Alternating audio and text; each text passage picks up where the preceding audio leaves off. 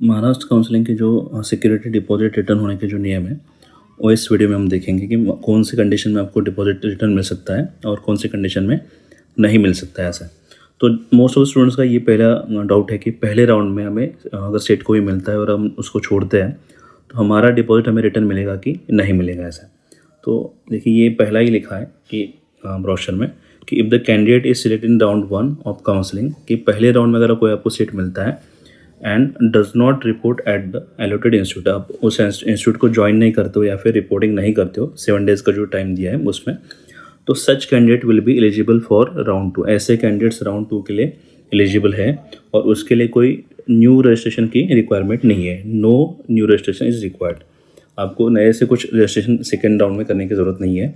सच candidate में participate again in the round 2। ऐसे candidates round 2 में पार्टिसिपेट्स कर सकते हैं। इन शॉर्ट जैसे सेंट्रल काउंसलिंग का था वैसे ही स्टेट काउंसलिंग का है कि आपको पहले राउंड में फ्री एग्जिट अवेलेबल है। फ्री एग्जिट याद रहे कि पहले एक ही ऐसा राउंड है कि जिसमें फ्री एग्जिट अवेलेबल है। राउंड 1 ही ऐसा एक राउंड है जहाँ पे फ्री एग्जिट अवेलेबल है, बाकी किसी भी राउंड में आपको फ्री एग्जिट उन्होंने नहीं दिया है। जैसे सेंट्रल काउंसलिंग का वैसे सेम वहाँ पे यहाँ पे भी स्टेट में भी सेम ही है ऐसा। तो अभी देखते हैं कि नेक्स्ट की कौन कौन से कंडीशन में, यानी राउंड 2 में क्या है, राउंड 3 और या फिर स्टे वैकेंसी के राउंड का क्या है। तो इस टेबल में उन्होंने पूरा समझाया कि कैसे करना है। देखिए पोजीशन राउंड टेबल में 3 कॉलम है कि राउंड कौन सा है, कैंडिडेट का स्टेटस क्या है और रिफंडेबल सिक्योरिटी डिपॉजिट का स्टेटस क्या है, यानी आपका डिपॉजिट रिटर्न मिलेगा कि नहीं मिलेगा ऐसा। तो हर एक राउंड का देखते हैं हम लोग कि position at the end of round 2, कि राउंड 2 के बाद क्या होगा। क्योंकि हर जगह पे देखिए कि 3 ही कंडीशंस हैं।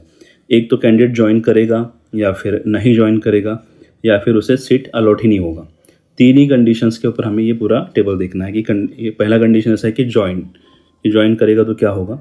दूसरा कंडीशन ऐसा है कि डिड नॉट ज्वाइन, यानी ज्वाइन नहीं करेगा तो क्या होगा, और सीट ही अलॉट नहीं होगा तो क्या होगा। ऐसे 3 ही कंडीशंस उसमें आते हैं हर जगह पे। तो राउंड 2 में देखिए पहला क्या है कि candidate join either during round 1 या फिर राउंड 2। इन्हें पहला राउंड हो या फिर सेकेंड राउंड हो, अगर आप ज्वाइन करते हो तो आपका जो डिपॉजिट है will be kept as a deposit for remaining rounds. यानी अगला राउंड अगर आपको करना होगा, राउंड 3 करना है या फिर स्टे वैकेंसी राउंड करना है या फिर पर्सनल काउंसलिंग का जो राउंड होता है वो अगर करना होगा तो उसके लिए ये डिपॉजिट आगे कंसिडर किया जाएगा।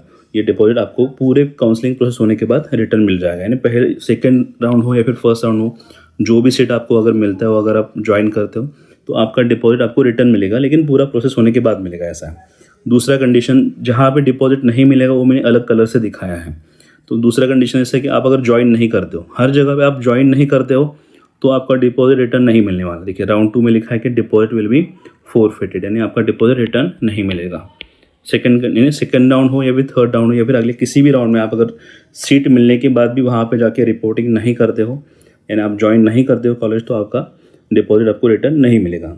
तीसरा कंडीशन ऐसा है कि आपको सीट ही अलॉट नहीं हुआ, आपने ऐसा कुछ ऑप्शन डाला है जो आपको मिला ही नहीं, not allotted seat in round 2, then deposit will be kept as a deposit for remaining rounds. फिर अगले राउंड्स के लिए आपको डिपॉजिट आपके उनके पास रहेगा।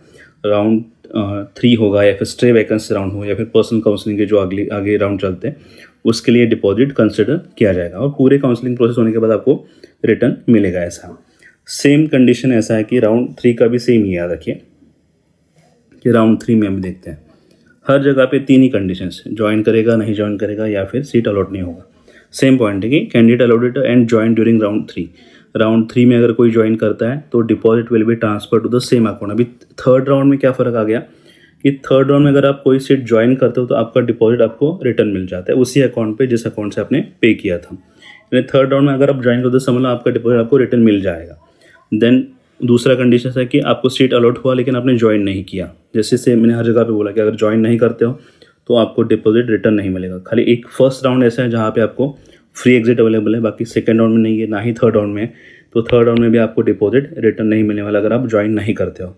देन आता है candidate not allotted seat in the round 3। Third round में अगर आप सीट अलॉट नहीं होता आपको तो फिर क्या होगा, तो उन्होंने लिखा है कि ये डिपॉजिट अगले राउंड के लिए कंसिडर किया जाएगा। ठीक है, सेम कंडीशन है हर जगह पे। थर्ड राउंड में अगर आपको सीट अलॉट नहीं होता तो जो आपका डिपॉजिट है वो अगले राउंड के लिए, यानी स्टे वैकेंसी राउंड जो तैयार होते हैं आगे, वहाँ पे कंसिडर किया जाएगा ऐसा। देन आता है लास्ट पॉइंट ये इस टेबल का कि online stay vacancy round. Stay vacancy ने अचानक जो वैकेंसी क्रिएट हो चुकी है उसके लिए फिर क्या जो राउंड क्रिएट जाती है, ये ऑनलाइन याद रखें। कभी कभी स्टूडेंट को ये भी कन्फ्यूजन होता है कि ऑनलाइन है कि ऑफलाइन है। ये ऑनलाइन है। और एक पर्सनल काउंसलिंग का राउंड होता है लास्ट में, पर्सनल काउंसलिंग का राउंड, वो ऑफलाइन कभी कभी लास्ट में लेते हैं, तो वो यहाँ पे नहीं दिया उन्होंने ऐसा। तो ऑनलाइन स्टे वैकेंसी राउंड में 3 ही कंडीशन, जैसे मैंने बोला कि अगर आपको सीट अलॉट होते हैं और आप ज्वाइन करते हो तो आपका डिपॉजिट रिटर्न मिल जाएगा, पूरा काउंसलिंग प्रोसेस होने के बाद मिलेगा, ठीक है। अगर आप ज्वाइन करते हो तो। नॉट ज्वाइन, अगर आप ऑनलाइन स्टे वैकेंसी राउंड में कोई सीट मिलता है, आप ज्वाइन नहीं करते हो, आपका डिपॉजिट रिटर्न नहीं मिलेगा, deposit will B forfeited, deposit return नहीं मिलेगा। पहला ही राउंड ऐसा है जहाँ पे आपको फ्री एग्जिट है, बाकी किसी भी राउंड में नहीं है।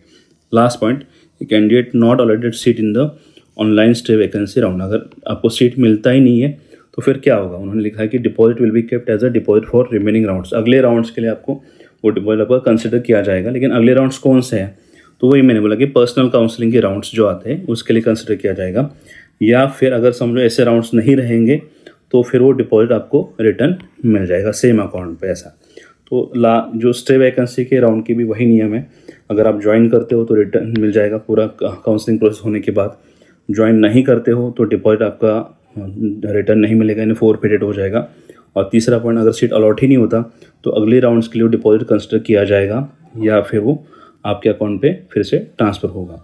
तो इसी तरह से सेम पॉइंट है कि जैसे सेंट्रल काउंसलिंग के वैसे स्टेट काउंसलिंग के दोनों के सेम ही पॉइंट है। ये पहला ही राउंड ऐसा है जहाँ पे फ्री एग्जिट अवेलेबल है, बाकी किसी राउंड में फ्री एग्जिट अवेलेबल नहीं है।